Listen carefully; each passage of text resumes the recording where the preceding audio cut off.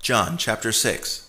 After these things, Jesus went away to the other side of the Sea of Galilee, which is also called the Sea of Tiberias. A great multitude followed him, because they saw his signs which he did on those who were sick. Jesus went up into the mountain, and he sat there with his disciples. Now the Passover, the feast of the Jews, was at hand. Jesus therefore, lifting up his eyes, and seeing that a great multitude was coming to him, said to Philip, "Where are we to buy bread, that these may eat?" This he said to test him, for he himself knew what he would do. Philip answered him, 200 denarii worth of bread is not sufficient for them, that every one of them may receive a little.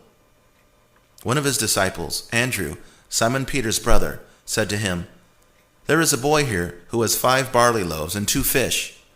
But what are these among so many?" Jesus said, "Have the people sit down." Now there was much grass in that place, so the men sat down, in number about 5,000. Jesus took the loaves, and having given thanks, he distributed to the disciples, and the disciples to those who were sitting down. Likewise, also of the fish, as much as they desired. When they were filled, he said to his disciples, "Gather up the broken pieces which are left over, that nothing be lost." So they gathered them up, and filled 12 baskets with broken pieces from the 5 barley loaves, which were left over by those who had eaten.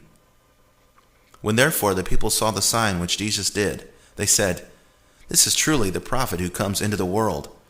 Jesus therefore, perceiving that they were about to come and take him by force, to make him king, withdrew again to the mountain by himself.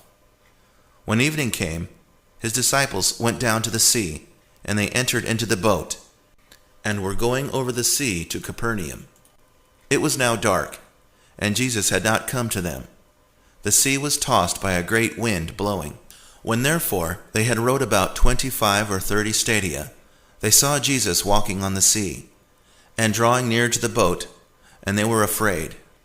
But he said to them, "It is I, don't be afraid." They were willing therefore to receive him into the boat. Immediately the boat was at the land where they were going. On the next day, the multitude that stood on the other side of the sea saw that there was no other boat there, except the one in which his disciples had embarked, and that Jesus hadn't entered with his disciples into the boat, but his disciples had gone away alone. However, boats from Tiberias came near to the place where they ate the bread after the Lord had given thanks. When the multitude therefore saw that Jesus wasn't there, nor his disciples, they themselves got into the boats and came to Capernaum, seeking Jesus. When they found him on the other side of the sea, they asked him, "Rabbi, when did you come here?" Jesus answered them, "Most certainly I tell you, you seek me, not because you saw signs, but because you ate of the loaves and were filled.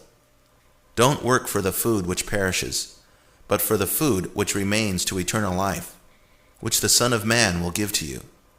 For God the Father has sealed him."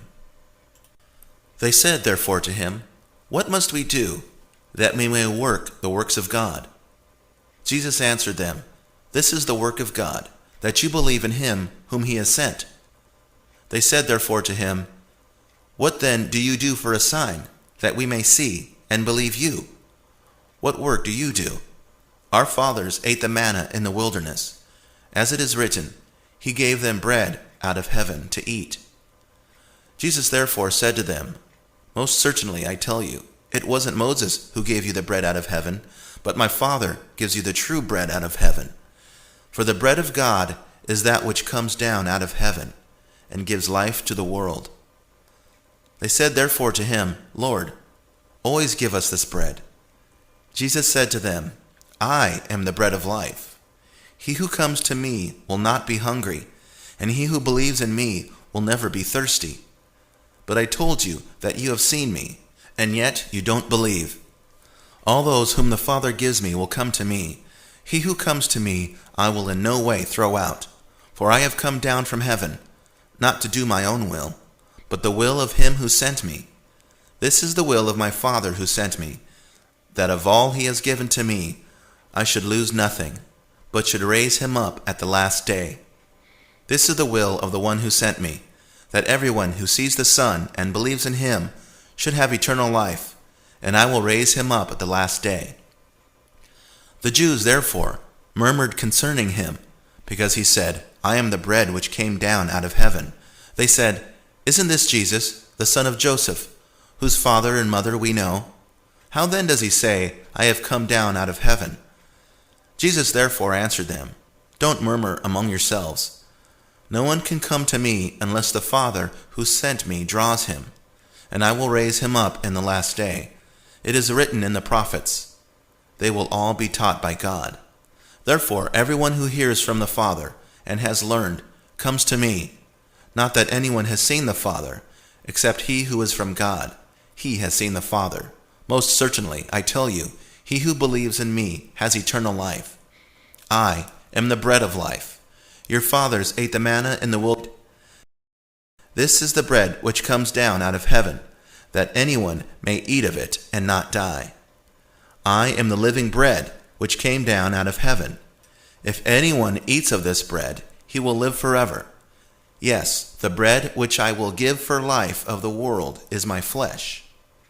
The Jews therefore contended with one another, saying, "How can this man give us his flesh to eat?" Jesus therefore said to them, "Most certainly I tell you, unless you eat the flesh of the Son of Man and drink his blood, you don't have life in yourselves. He who eats my flesh and drinks my blood has eternal life, and I will raise him up at the last day. For my flesh is food indeed, and my blood is drink indeed. He who eats my flesh and drinks my blood lives in me, and I in him. As the living Father sent me, and I live because of the Father, so he who feeds on me, he will also live because of me. This is the bread which came down out of heaven, not as our fathers ate the manna and died. He who eats this bread will live forever." He said these things in the synagogue, as he taught in Capernaum. Therefore many of his disciples, when they heard this, said, "This is a hard saying. Who can listen to it?" But Jesus, knowing in himself that his disciples murmured at this, said to them, "Does this cause you to stumble? Then what if you would see the Son of Man ascending to where he was before? It is the Spirit who gives life. The flesh profits nothing. The words that I speak to you are spirit and are life. But there are some of you who don't believe." For Jesus knew from the beginning who they were who didn't believe, and who it was who would betray him. He said, "For this cause have I said to you that no one can come to me unless it is given to him by my Father." At this, many of disciples went back and walked no more with him. Jesus said therefore to the 12, "You don't also want to go away, do you?" Simon Peter answered him, "Lord, to whom would we go? You have the words of eternal life.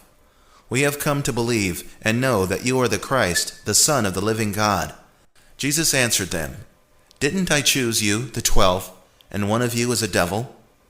Now he spoke of Judas, the son of Simon Iscariot, for it was he who would betray him, being one of the 12.